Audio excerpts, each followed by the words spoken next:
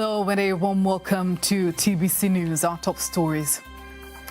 Zanzibar and Norway set for continued cooperation.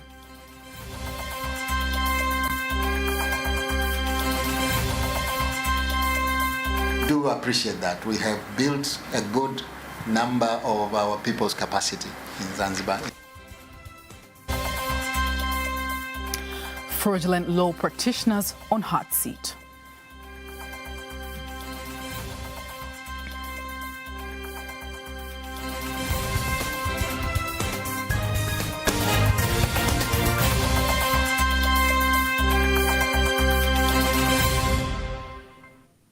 Good evening, I am Faida Ngaga. You can also follow us live via our YouTube channel, TBC Online. Also get all the latest news through our Instagram, Facebook and Twitter pages at TBC Online.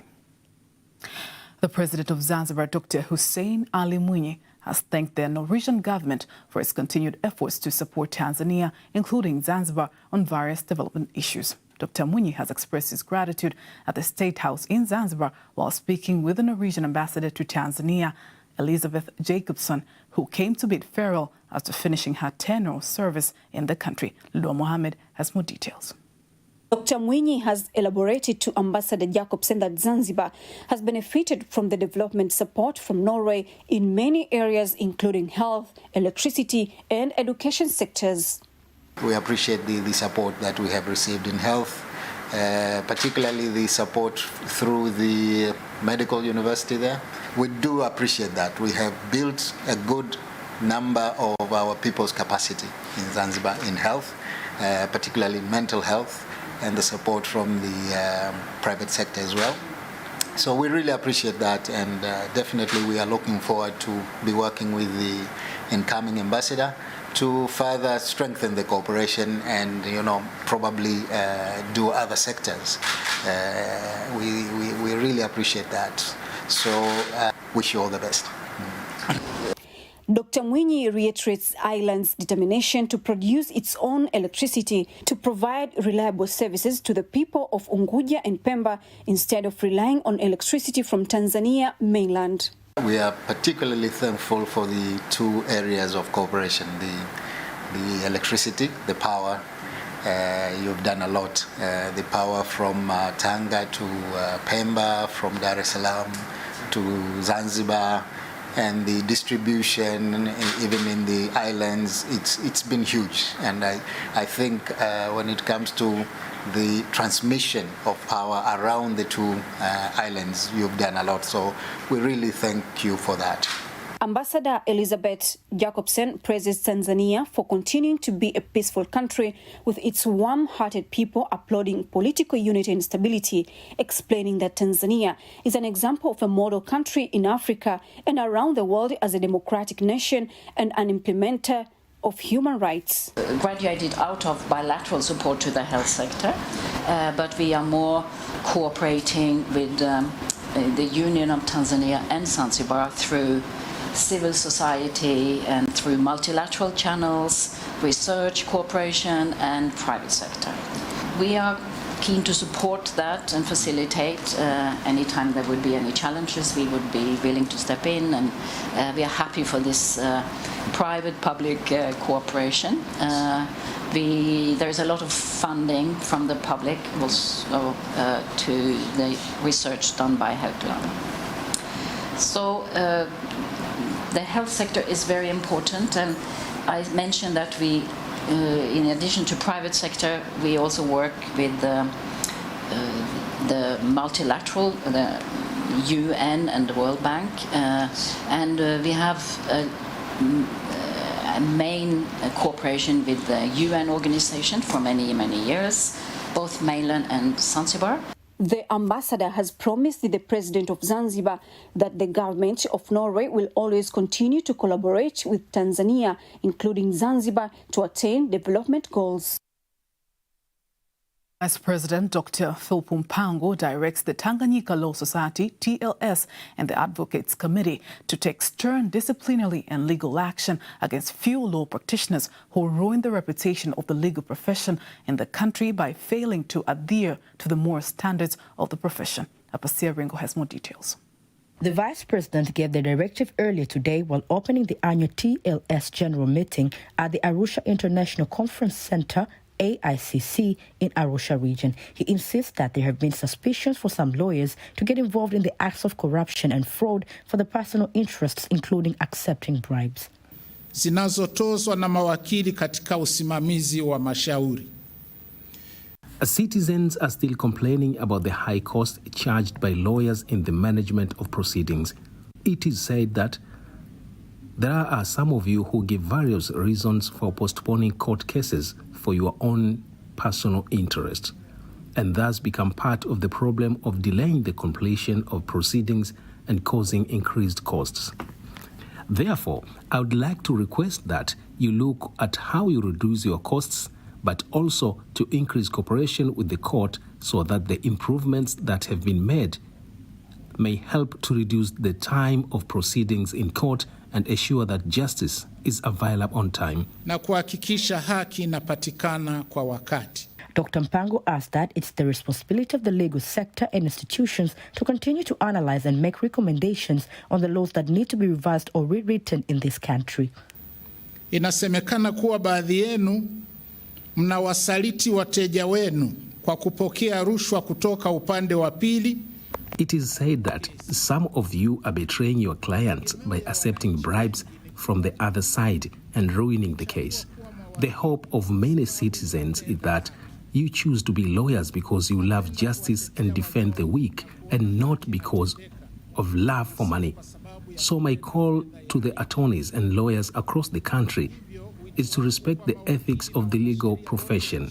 I urge the TLS and Lawyers Committee to take disciplinary and legal action against the few attorneys who destroy the honor of the legal profession by lacking integrity and good morals.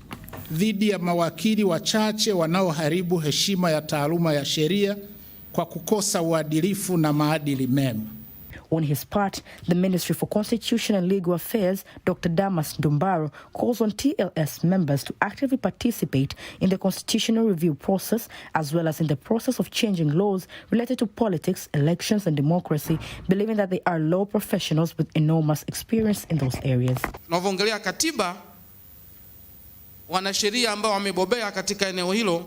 When we talk about constitution, lawyers who specialize in that area are very important stakeholders in ensuring that we get a new and better constitution that will help this nation in the next 100 years.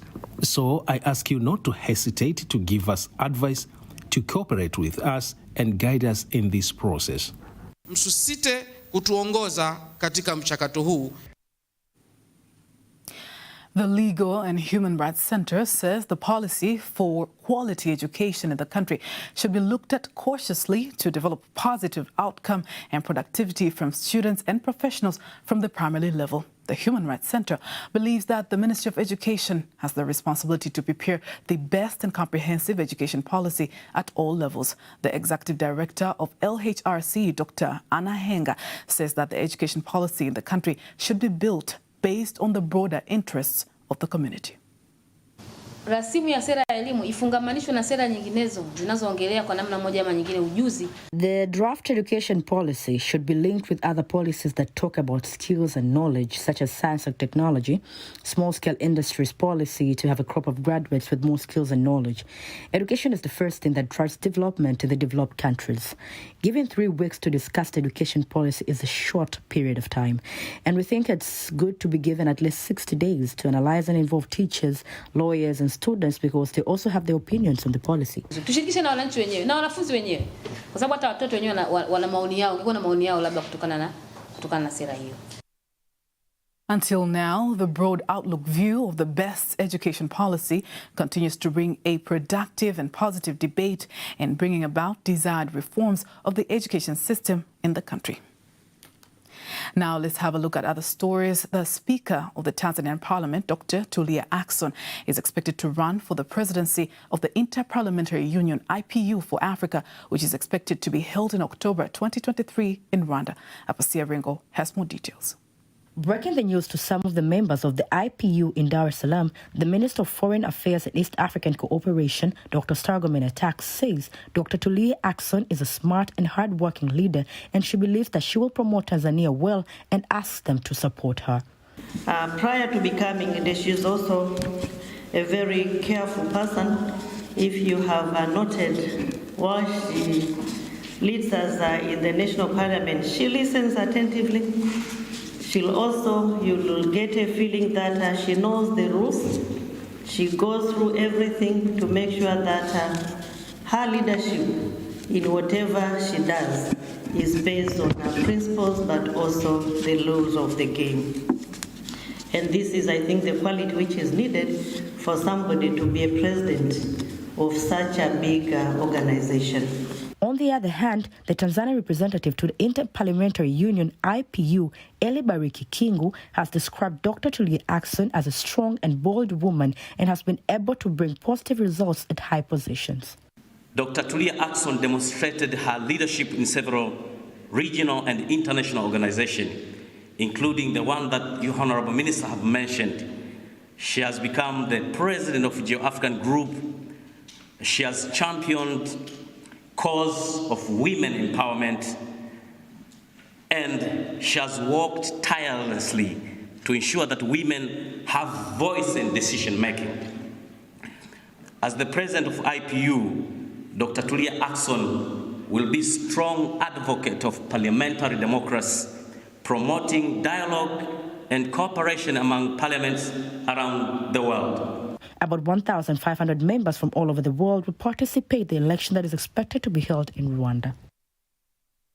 The Embassy of Switzerland in Tanzania, in collaboration with the Small Enterprise Assistance Funds SEAF and Alpha Mundi Foundation AMF, have launched Daraja Impact Fund with the aim of enabling small-scale businessmen and women, especially youth and women groups, to develop their businesses and enhance productivity. Here's a report by Emmanuel Samo, read by Dudua Mohammed. Speaking in Dar es Salaam during the launch of the fund, the Swiss ambassador to Tanzania, Didier Chessot, says the Swiss government aims to promote various business in the value chain, thus seeing the importance of contributing to the development of the people and the nation in general. Switzerland's funds will thus be used to attract commercial capital to support businesses in Tanzania. Through our support, also to improve and contribute to the overall favorable environment, Switzerland is convinced that we will all soon see more Tanzanian entrepreneurs generating employment and positive impacts within their communities. On the other hand, the Director General of International Programs of SEAF, Peter Rigi, and the Executive Director of AMF, Led Araba, expressed the expectations that they have from the funding after the investment that has been made. We will assist entrepreneurs who prioritize impact with a focus on companies whose work helps empower and improve the livelihoods of women and youth through their operations, products, and services. As many of you are aware, in Tanzania, women-led SMEs are underserved and face many barriers to finance, whether it be collateral or property. And youth are often overlooked and lack support despite their creativity. As you may know, small and medium enterprises, SMEs, play a major role in most economies, particularly in developing countries. They account for the majority of businesses worldwide and are important contributors to job creation and global economic development. More than 19 billion shillings have been allocated by the Swiss embassy to facilitate the operation within 5 years in Tanzania. Thank you very much, Emmanuel Samuel and Lulua Mohammed. More than 32,220 residents of Mikumi in Kilosa district in Morogoro region will start benefiting from X-ray medical services following the government investing more than 496 million Tanzanian shillings in the construction of a building to provide the service. Here's a report by Remy Asante, read by Apasia Bringo. The government continues to invest billions of money to improve health services in the country, and here in Mikumi Ward, a quality building has been built to provide those services.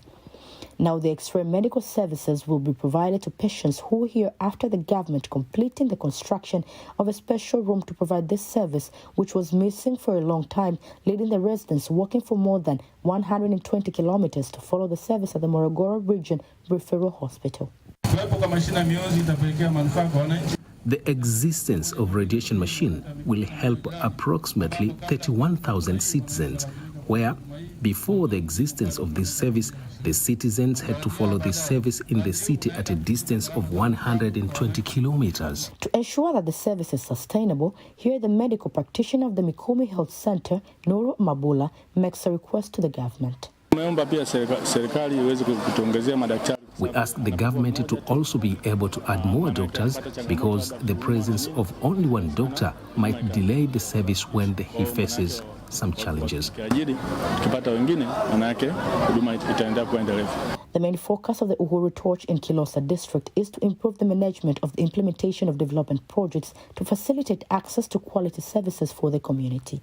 I continue to plead with the district representative, managers and various leaders to make sure that you supervise the technicians who carry out the work on the projects to work day and night so that it is completed on time.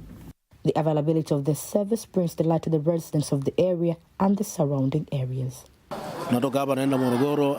We used to follow X-ray services at a long distance. Sometimes it was either Morogoro or Ifakara. The service is currently available here and at a low cost, so citizens can pay for it, not like before. The Uhuru Torch race continues in Morogoro region. Now, from Morogoro region, let's head over to Lindi, where the Ministry of Natural Resources and Tourism, in collaboration with the Kilwa District Administration, is determined to continue to improve the historical heritage and antiquities within the district. Lua Mohammed has more details. Speaking at an official session to receive assessments on how the integrated plan for the use of the areas of Kilwa Kisiwani and Songo Mnara will be implemented, the Kilwa District Commissioner Christopher Ndumbiagai, apart from congratulating the Ministry of Natural Resources and Tourism for the important steps it is taking to promote the antiquities, he has called on the people to support the government's efforts in the sustainable conservation of the antiquities in their areas. Kweli tusipotumia elimu yetu, tusipotumia mipango yetu. If we do not use our education, our plans and our will during this period, we may lose the great heritage that history has left us. They say history judges. If we make good plans and make good use of these areas, they will help us to create more income and a good contribution to the nation, but also preserve the history of the world and future generations. And the director of the Department of Antiquities, Dr.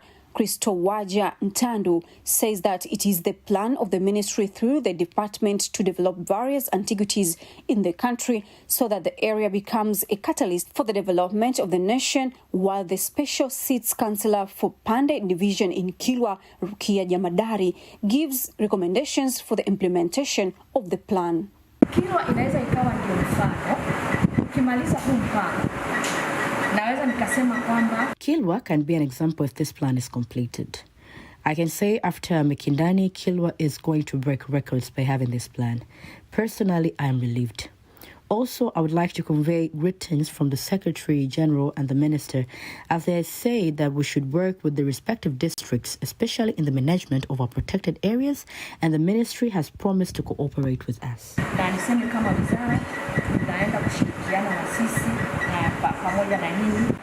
Katika Kilwa, mambo ya kale haya yako mengi. Kilwa is loaded with ancient things, not only Songo Mnara, but there are places that need to be reached and see its sources. If we do not align, we will have classified only large sources, while there are others that are productive and effective. Therefore, in our discussions, let's see what sources exist in Kilwa, list them so that the ones we can reach and they are of good quality are acknowledged. Ili vile tunavyoweza kuvifikania na vyenye ubora, basi tuvifuatilie. The session, which discusses joint plan for the Kilwa Kisiwani and Songo Mnara IGMP, has been attended by antiquities experts from the Ministry of Natural Resources and Tourism, officers from various departments of the Kilwa District Council, councillors, and various village leaders. And that marks the end of the local news. Now let's have a look at the exchange rates in accordance with the Bank of Tanzania, BOT.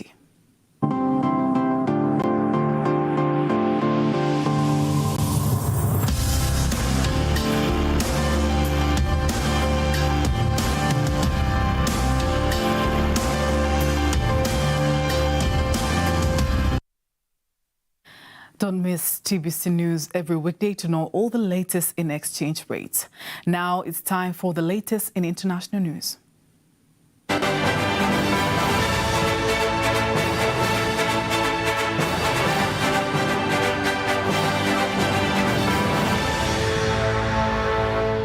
Here is international news with Gloria Michael.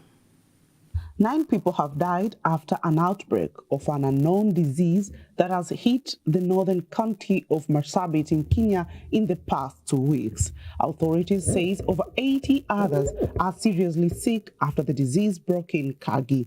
Most of the deaths are said to have occurred in grazing areas. Preliminary investigations from the health officials indicate that it might be a form of violent malaria, as patients are said to have been experiencing yellowish eyes, swollen sleeping, severe headaches, and flu-like symptoms. Statement issued by Marsabit County Health Department says that a team of disease surveillance experts and a laboratory technologist was on the ground working to identify the cause of the outbreak. United Nations Human Rights Chief Volker Turk says both groups in the conflict in Sudan have trampled upon international humanitarian law.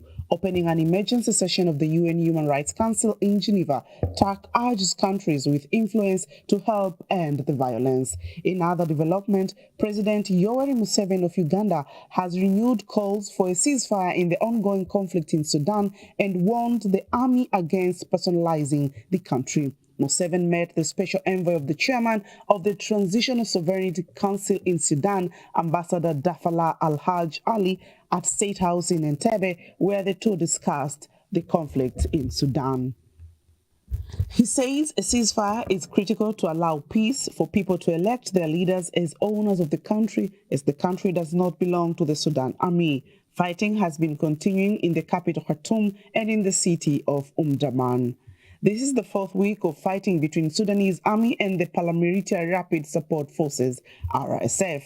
And 15 children have drowned and 25 others missing after their overloaded boat capsized on a river in northwest Nigeria. Report says the children were on their way from Dundeji village to collect firewood in the bush on the other side of Shangari River when the boat sank. The official who supervised the rescue operation says 15 bodies were recovered by local rescue teams and buried in the village. Divers have been working the Shangari River since late on Tuesday, searching for more of the children.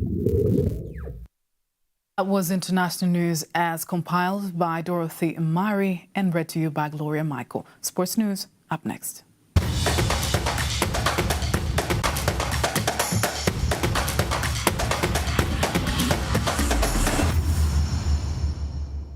Let's have a look at sports news with Mario Cheto.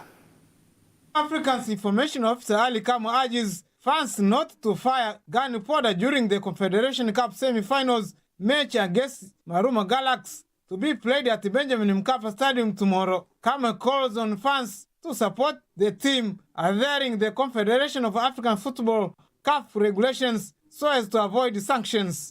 Kuwaomba mashabiki wa Young Africans na Watanzania. We ask young African fans and Tanzanians who return up to Benjamin Mkapa Stadium, they have to be with discipline because any mistake they will do will affect the team and fans, and they will not be able to watch next matches. Na timu yao kaenda hatua ya finali inshallah.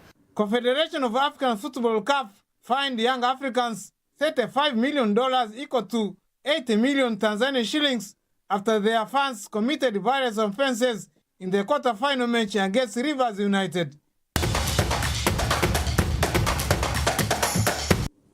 Tanzania Sports Council General Secretary Neema Msita calls for Tanzania tennis national team to follow procedures in seeking assistance from the government as they are gearing up for the Davis Cup tournament to be held in the Democratic Republic of Congo, DRC. Msita says government is ready to help all national teams camping for the international tournament, but they have to follow the right channels. And the tennis national team assistance coach Sebastian Mpili says they are ready for the competition. First of all, I have written a letter to them asking them to give us explanation on some of the things which are going on, and we are not going to help them because they have complained. We shall send team to the tournament if they fulfill requirements. Tanzanian tennis national team is camping in Dar es Salaam, preparing for the Davis Cup tournament, which will take place in Democratic Republic of Congo, DRC, next month. And the General Secretary of Tanzania Rugby Association, Anthony Dawa, reveals that his association have invited rugby club from Wales to play international friendly match with the Tanzania rugby players at the Gymkhana ground on May 28th as a way of developing the game in the country. Speaking to TBC News reporter in Dar es Salaam, Dawa urges players who will participate in the match to play hard so as to raise up their standards. 48 rugby players from Wales have arrived in Tanzania ready to lock horns with their hosts as they want to boost the relationship between the two teams. The motive of this tournament is to give our team preparation for the coming international tournament and international friendly matches, because the game is played more outside the country, so we need experience from them. 48 rugby players from Wales have arrived in Tanzania ready to lock horns with their hosts as they want to boost the relationship between the two teams. Malio Cheto, TBC News. Thank you very much, Malio Cheto, for the sports news. And that marks the end of the news bulletin for tonight. Don't miss our next bulletin in Swahili at 11 p.m. I am Faida Ngaga. Good night.